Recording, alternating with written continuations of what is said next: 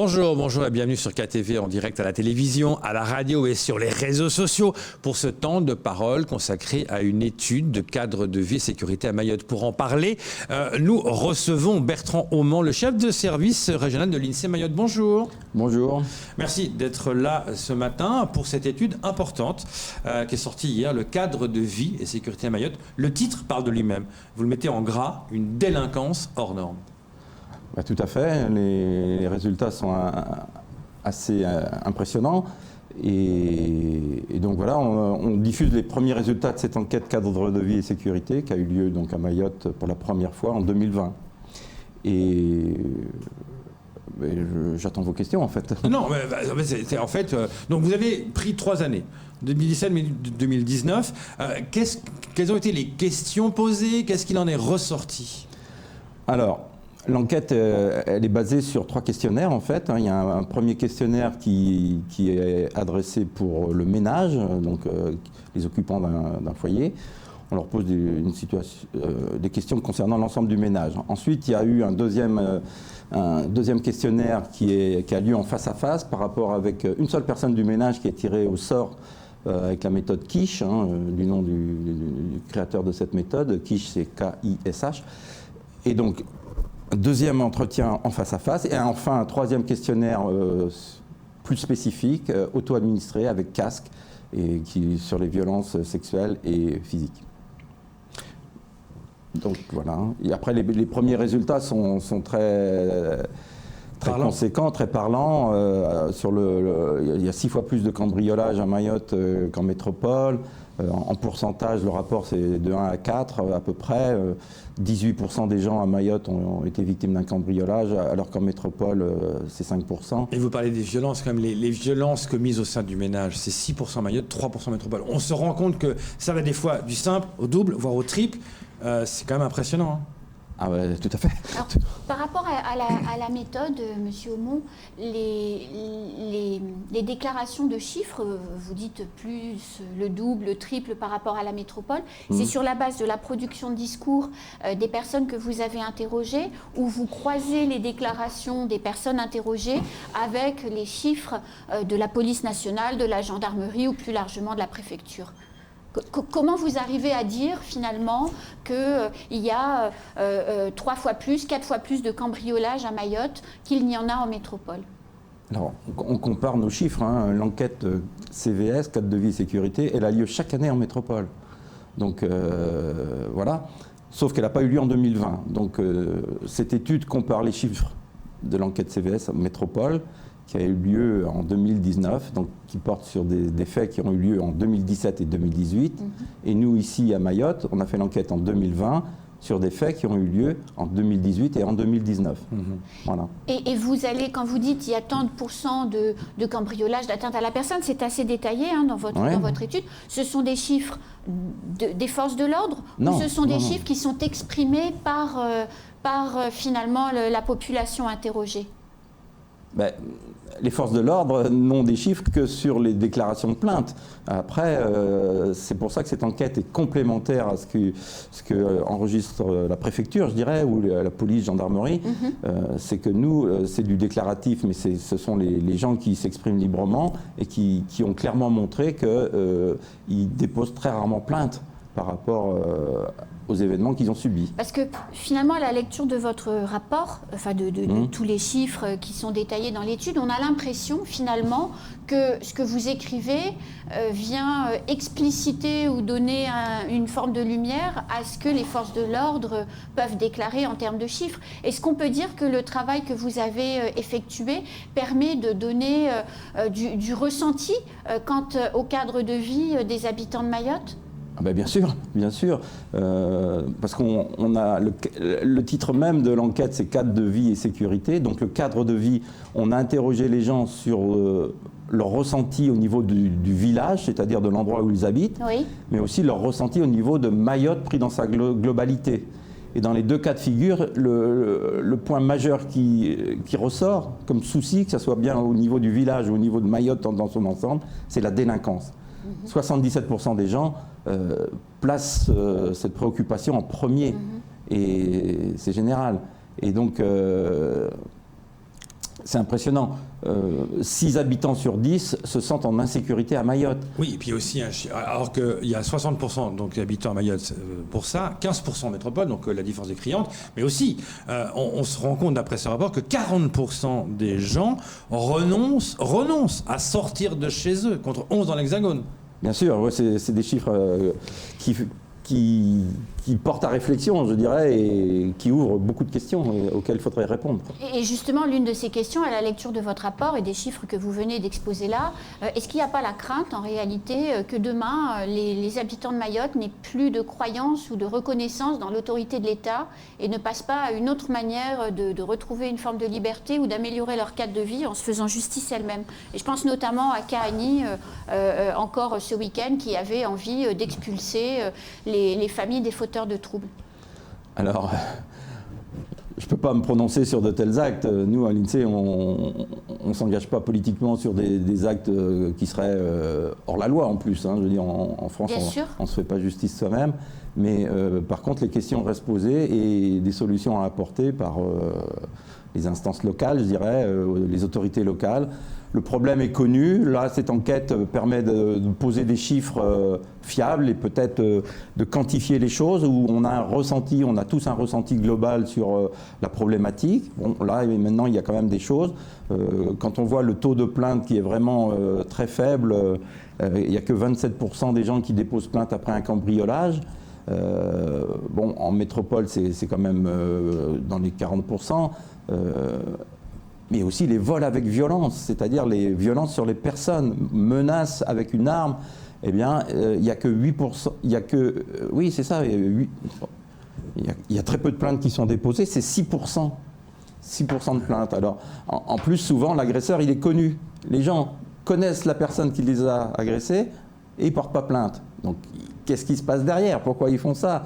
Il y a certainement la peur de représailles, par exemple. Oui, c'est important ce rapport-là. Une question d'un auditeur, comment ça se fait que les résultats de l'INSEE sont plus proches de la réalité aujourd'hui que les années précédentes?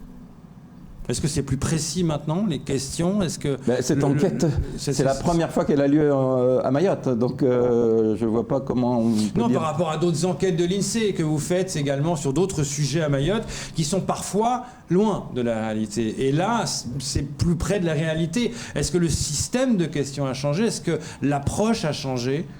Non, je ne peux pas avaliser ça. L'INSEE, on fait des enquêtes qui sont toujours proches de la réalité. Après, on croit à cette réalité ou on n'y croit pas. Là, cette enquête a eu lieu pour la première fois. Elle s'est déroulée comme les autres enquêtes, c'est-à-dire un échantillon a été tiré au hasard. Il y a plus de 1000 personnes qui ont répondu et on en tire des résultats, des chiffres et des statistiques.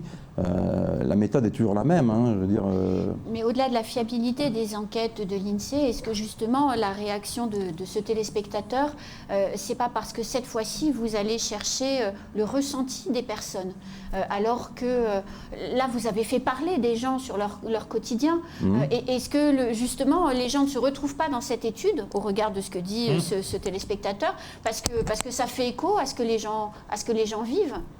Eh bien oui, nous essayons de faire des études qui s'intéressent aux problématiques locales, mais bon, le programme d'enquête à l'INSEE est programmé sur 3 ans. Cette enquête cadre de vie et sécurité, c'est sûr qu'elle a eu lieu en 2020, mais elle ne va pas avoir lieu l'année prochaine. Il va falloir attendre plusieurs années avant qu'elle soit reproduite. Mais un travail comme celui-là, qui a mobilisé vos équipes, il va après servir à quoi? Qui va s'approprier ces résultats pour en faire quoi? C'est le but de nos travaux, c'est que nous dressons des constats, des bilans. Il suffit après de lire les publications qu'on peut retrouver sur le site INSEE.fr, bien sûr. Et donc, à chacun de s'en approprier le contenu, et puis aux décideurs locaux, mais peut-être même plus des fois, de faire remonter les problématiques et de prendre des décisions où, une fois que le problème est identifié, quantifié, eh ben, quel est le plan d'action derrière? Oui, parce que là il est criant de vérité. C'est un peu ce que dit l'auditeur. Là, on dit, OK, on comprend. Effectivement, quand on lit, on dit, on comprend. Est-ce que vous avez été surpris ou pas quand vous avez vu le résultat, vous qui vivez à Mayotte maintenant depuis un petit moment? Un an. Ouais.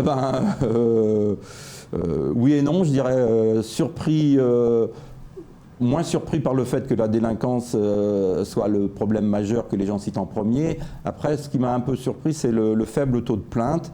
Dans l'étude, on parle aussi des vols qui ont lieu sur les terrains, vols de végétaux, vols d'animaux ou de légumes, fruits, légumes, petit animal. Eh ben, c'est...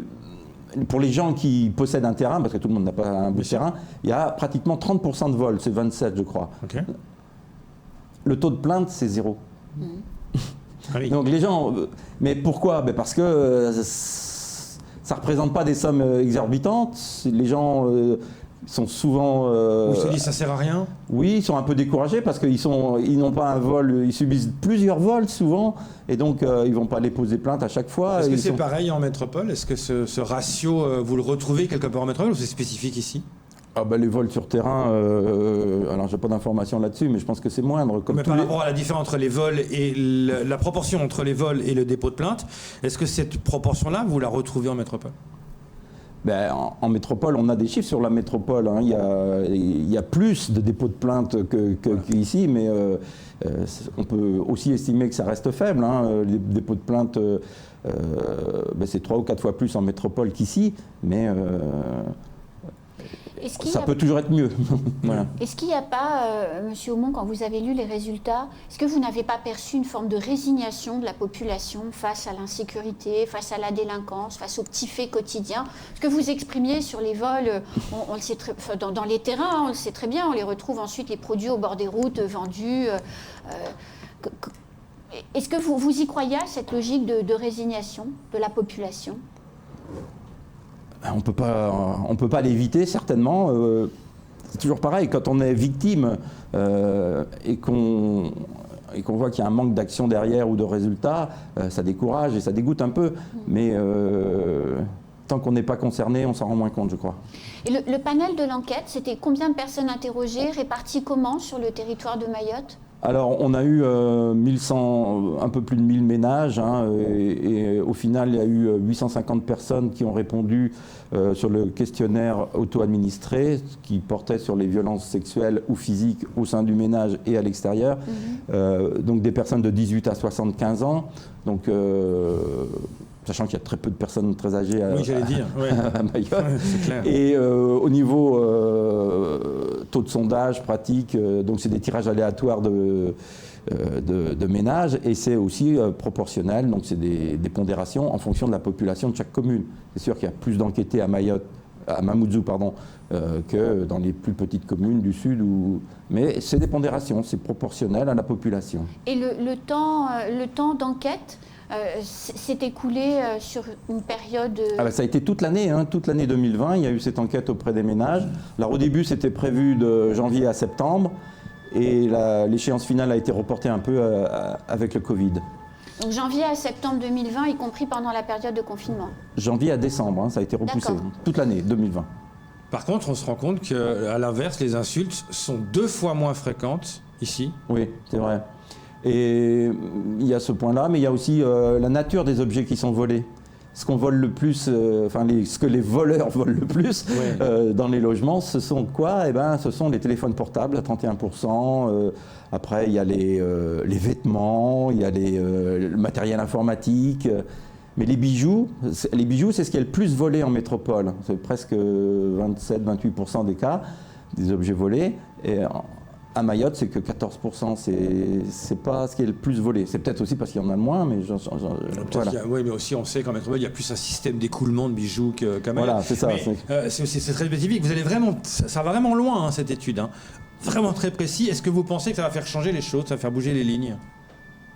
Encore une fois, nous on fait les constats et on chiffre. Après, j'espère que ça va faire changer les lignes. C'est quelque part, comme vous faire réfléchir. Vous ne pouvez pas rester insensible, vous ne pouvez pas dire moi je suis ici, je fais que des études. Non, on n'est pas insensible comme tout habitant de Mayotte, mais quel est notre pouvoir à nous, si ce n'est que de dresser un constat et de dire aux autorités, voilà la chose telle qu'on l'a. C'est ça, faites quelque chose, messieurs, voilà une étude. C'est important, votre rôle est important. Parce que si c'est que faire des études et passer une autre sans notre rôle c'est.